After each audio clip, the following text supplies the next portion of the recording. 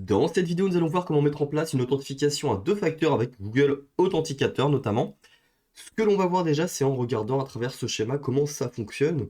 Alors, on voit en premier lieu, la première étape, le QR code qui va être donc généré par notre site web avec Symfony et un package que l'on va installer. On va générer ce QR code qui va contenir plusieurs informations, notamment une clé, donc OTP Secret Key, qui est la clé qui va permettre d'identifier l'utilisateur pour pouvoir valider les codes. Ce code-là secret, il va falloir le stocker en base de données et le relier à notre utilisateur de Symfony. Donc on a l'émetteur et la période, c'est-à-dire la période pour laquelle le code va rester valide. Donc nous, on peut utiliser la période par défaut, c'est-à-dire 30 secondes, donc, comme on peut le voir d'ailleurs juste ici, voilà. Qui est en fait un exemple de requête de protocole OTP-Auth pour du coup ce genre de technologie. Et donc en fait, le principe de Google Authenticator, c'est que un code est généré toutes les 30 secondes, et du coup, le code est valide à chaque fois pendant 30 secondes. On sort son téléphone quand on a besoin de valider le code, et on valide comme ceci, donc depuis une interface utilisateur. Ce que je vais lui demander de faire, c'est d'aller sur GitHub, vous avez le lien dans la description, et d'aller sur le projet Symfony Google Authenticator, donc de mon Git. Et on va cloner ce repo. Alors je vais le cloner tout simplement en HTTP. Moi je vais copier le lien ici de clonage en haut à droite. J'ouvre une nouvelle fenêtre de commande et je vais le cloner ici. Git clone, hop, Symfony Google Authenticator. Ok. Je vais du coup pouvoir l'ouvrir avec, hop, en tant que projet PHP Storm.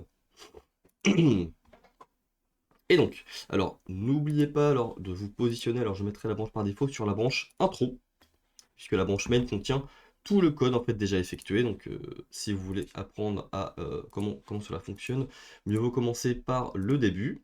On va donc choisir la branche intro. Une fois ceci fait, on va pouvoir lancer la commande composer install pour installer les packages Symfony et les autres. Donc en fait ce qu'on a installé pour pouvoir correctement utiliser le système d'authentification à deux facteurs, c'est le package ici donc de Spunky Labs OTPHP du coup. Voilà, qui est une librairie du coup qui se base sur plusieurs RFC pour pouvoir générer, utiliser ces différents protocoles de génération de code. Et donc on a une doc que l'on retrouve dans le repo directement, dans le dossier doc. Notamment, je me suis beaucoup servi de appconfig.md et index.md pour pouvoir me documenter et réaliser cette vidéo. Alors, c'est installé, super. On va lancer le serveur local. Donc, je vous ai préparé déjà un système de login et de register pour pouvoir correctement donc, exécuter le projet. Alors, il va nous falloir la base de données. Alors, pour ce faire, on va aller sur donc, une fenêtre de commande et lancer la commande Symfony console d2.d2.c. Alors, une fois qu'on aura configuré, bien entendu, le fichier .env.local. Alors, moi, au pire, il n'y a pas vraiment besoin de .env.local. Ici, on va juste tout simplement modifier ici. Alors moi, ce qui m'intéresse, c'est une base de données MySQL avec root ici et pas besoin de mot de passe. Ma base de données, je vais l'appeler Authenticator. Voilà. Je vais tenter de créer la base de données. Si ça passe, root 2.g, laissez le point d'exclamation comme d'hab. Ok, j'ai ma base de données qui doit être créée. Voilà. Tac. On va pouvoir lancer des migrations pour pouvoir avoir la table users. Voilà, donc la migration qui se situe dans le dossier migration, qui est ici tout simplement. On a tout simplement une entité user, entity, avec en fait un champ supplémentaire, donc en plus de username, mot de passe, rôle, on a un champ secret qui va vous servir, donc comme je vous ai expliqué dans le schéma au début de la vidéo, à stocker le secret généré par l'application d'authentification. Et on va pouvoir se réen servir pour pouvoir valider les codes. Donc une fois qu'on a ça, on est bien ici, on va pouvoir aller sur le /register, donc que je vous montre Au niveau des contrôleurs, on a plusieurs contrôleurs. Un security controller qui comporte tout simplement le logout. Alors j'aurais pu le regrouper entre les autres contrôleurs, mais bon, c'est pas grave. Dans la registration, donc ici c'est pour s'inscrire, bien tout simplement un formulaire qui a été généré avec le Maker Bundle, qui nous permet du coup de gérer la création d'un utilisateur. Alors, au moment de la création d'utilisateur, on va utiliser en fait Security Login pour directement connecter l'utilisateur lorsqu'il vient de s'inscrire. Donc là, on va faire un test en utilisant le username Pantiminax et le mot de passe test 1, 2, 3, 4, point d'exclamation, j'accepte les termes de register. Si je vérifie dans la debug bar en bas là, je suis bien connecté, donc vous voyez, ça m'a bien connecté grâce à la petite fonction magique ici, login, qui prend en paramètre le user. Ok. Donc ensuite on arrive en fait sur un template qui se situe donc là, ici on est dans le Home Controller, App Home Index. Ce Home Controller il a simplement deux boutons. Un bouton qui va permettre d'appairer l'utilisateur pour générer le QR code et donc le scanner avec son téléphone. Et l'autre qui va permettre de vérifier un mot de passe pour pouvoir valider pardon, que ce soit bon, que le code soit correct. Donc pour l'appairage, il va falloir cliquer ici sur appairage. On arrive sur l'authenticateur contrôleur, qui là ici vont être les endroits que l'on va travailler. On va donc directement commencer pardon, par la génération du QR code. Alors avant de commencer, on va créer un service où on va exporter un petit peu de code. Authenticator service. Ok. Du coup, ici, je vais vous montrer dans config service, il y a un paramètre qu'on appelle ici app.issuer qui est le nom de celui qui émet donc le QR code. Donc on aura cette information en fait directement au sein de notre application d'authentification, donc Google Authenticator. Donc là par exemple j'ai mis Amazon comme ceci, écrit comme ça. Vous pouvez mettre ce que vous voulez ici. Pour récupérer du coup ce paramètre, on va utiliser le constructeur de notre service et l'injection de dépendance avec le parameter bag interface que je vais nommer parameters. On aura ensuite besoin pour la suite de l'entity manager pour faire des modifications en base de données. Ok, on va mettre ça comme ceci. On va créer une fonction qui va s'appeler public function get QR code URI qui va prendre en paramètre un user, puisqu'on va générer un QR code pour un utilisateur. Et en fait, on va devoir définir un label pour en fait, qui sera utilisé pareil dans l'application d'authentification. Et on verra du coup le nom de notre application que l'on a défini ici, deux points, le nom d'utilisateur ou bien l'adresse email. S'il y en a une, dans notre application, il n'y en a pas. Donc le but en fait ici, c'est de créer une instance de TOTP, donc qui est le nom du protocole, TOTP. Alors je vais zoomer un petit peu pour vos yeux. Ok, TOTP. Et ici on a une classe qui comporte des fonctions statiques, donc on utilise la fonction generate. À partir de là, on a du coup un objet OTP qui est généré avec, vous voyez, un secret qui a été généré automatiquement. On va donc en fait, on va donc utiliser ensuite des propriétés obligatoires. Donc, comme je le disais, le paramètre ici de l'émetteur, this paramètre donc cet issuer, paramètre get app.issuer. Ça c'est tout bon. Ensuite, il nous faut définir le label. Donc ça c'est ce que je vous disais, ça va être en fait le nom de l'utilisateur. User get, donc là je vais utiliser user identifier, qui signifie qui est simplement le username ici. Ok. Ensuite, pour récupérer le QR code URI, on va du coup créer une variable égale TOTP get QR code URI. Et là, pour ce faire, on va utiliser une URL, alors que je vais sûrement vous donner en description. Ça va être beaucoup plus simple. Tac. Voilà. Alors, entre guillemets. On va écrire ça comme ceci. Ok, alors après vous pouvez même la récupérer depuis le dépôt dans sur l'autre branche. On écrit notre crochet data, donc la data ça va être la data en fait, générée par eh bien, directement cet objet. Ça va être remplacé à la volée. Donc c'est une API qui permet de générer des QR codes avec une data qu'on lui donne et quelques informations. Par exemple ici on lui donne une taille de 300 par 300, l'auteur et une largeur. Ok. Donc nous ce que l'on veut faire c'est retourner en fait et le QR code et le secret. Donc on va utiliser un tableau où on va retourner ceci comme ça, c'est un peu plus simple. Ça permet d'éviter de faire deux méthodes. Voilà, on retourne un tableau qui contient le secret et le QR code, parce qu'on va avoir besoin de ces deux informations-là. En tout cas, de la manière dont je l'ai implémenté. Ok. Donc une fois qu'on a ça, on va pouvoir l'injecter donc dans la fonction pair ici, authenticateur service.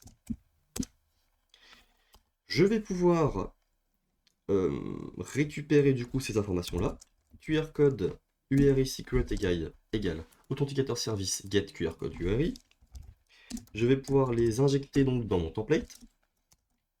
Pareil pour les secrets. Ok. On va pouvoir aller les afficher dans le,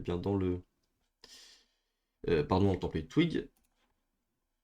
Alors, si je vais dans Authenticator, pair, c'est tout vide, donc on va remédier à ça. Ce que l'on va faire, c'est en fait créer une image avec un alt qui vaut QR code et une SRC qui est égale à mince, QR code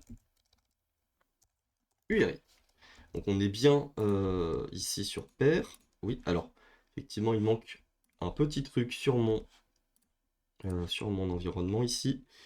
PHP, Symfony, Enable plugin. Voilà, ça va être Enable, ça va être beaucoup mieux. Ok. Donc une fois ça effectué, si j'actualise ma page, je devrais normalement voilà, me retrouver à chaque fois avec un nouveau QR code généré par notre application. Ça c'est magnifique. Ce que l'on va faire ensuite, c'est créer un formulaire. Méthode égale post. Ça va permettre en fait de demander à l'utilisateur de dire que c'est bon, il a fini de valider de scanner en fait son QR code avec son téléphone. Et une fois qu'il l'a fait, on va enregistrer le secret dans la base de données sur sa ligne utilisateur, quoi. On va créer un formulaire du coup de type post avec un input qui est caché, qui va en fait contenir donc le nom secret et la valeur comme ceci du secret. Voilà. Tout simplement ensuite un bouton de type submit. Tout simplement, on va écrire validate pairing, par exemple, pour valider l'appairage. Ok, donc ça y est, vous allez bien vous en rendre compte qu'il faut gérer ceci côté back. Donc, au niveau ici, avant cette ligne-là, en fait, on va prendre en compte la request, donc on va l'injecter ici. Si jamais ma request est de type post, donc comme on soumet un formulaire de type post, donc dans le cas où le formulaire est soumis, on va récupérer le secret. Alors je sais, hein, on n'utilise pas le système de formulaire de Symfony, c'est pas bien, mais c'est vraiment pour vous montrer principalement la fonctionnalité de cette librairie. Alors on retourne vers l'accueil hein, quand c'est comme ça. Voilà. Bon là on pourrait retourner vers la validation, bon c'est pas très grave. Donc ce qu'il faut faire, c'est créer une fonction, donc, dont l'authenticateur service, que l'on va appeler validate pairing. Alors, public fonction, validate pairing. Et du coup, on prend en paramètre pareil le user avec string secret. Et là, tout bêtement, eh bien, on va venir vérifier déjà que le secret ne soit pas nul, au cas où. On arrête tout sinon. Et dans le cas contraire, eh bien, on va faire un user set secret. Voilà, tout simplement. Et on va utiliser notre objet global, la this im flush, pour enregistrer les modifications en base de données. J'ajoute void car je ne retourne rien. On utilise, non, pardon, l'autre authenticateur service, donc dans notre authenticateur contrôleur, validate pairing pour mon utilisateur, et le secret que j'ai récupéré juste ici. Alors que d'ailleurs, je peux tout simplement passer ici, ça, voilà, par exemple. Ok, on va essayer de voir si tout se passe bien déjà. Donc si je vais dans ma base de données, authenticator user, j'ai bien mon utilisateur qui est ici avec un secret à nul. Je vais actualiser cette page. Ok, alors, moi je vais prendre mon téléphone et je vais scanner le code QR. Hop, c'est bon. Ok, je vous mets une capture d'écran de ce que j'ai. Et du coup, je clique sur Validate Pairing. Je vais me rendre dans la base de données, parcourir. J'ai bien envoyé le code secret ici, qui est bien affiché, donc qui est bien enregistré, donc c'est nickel. Maintenant, la chose qui va nous rester à développer, ça va être la fonction bien de vérification de code, tout simplement. Alors, pour la vérification, ce qu'on va faire, c'est que l'on va directement se rendre sur alors, la route qui permet de vérifier ça, donc que j'ai créé Authenticator Verify. On clique sur le bouton Verify ici, on est dessus. Donc l'objectif c'est de créer un formulaire avec un input, hein, un champ pour rentrer le code qu'il faut. Et c'est l'application qui va nous dire quel code est le bon. Alors, on va directement aller sur le template. Hop. Dedans, on va créer une forme avec une méthode post. Pardon. Avec un label. For OTP, on va l'appeler. On va marquer OTP code. Donc one time password, hein, on peut le traduire comme ceci. Parfait. On va créer donc un input avec un name OTP, ID OTP, text, input type text, et un button type submit. Et on va effectivement l'appeler verify. Je vais actualiser la page. Ok, donc ça c'est nickel. Je vais zoomer ça aussi d'ailleurs.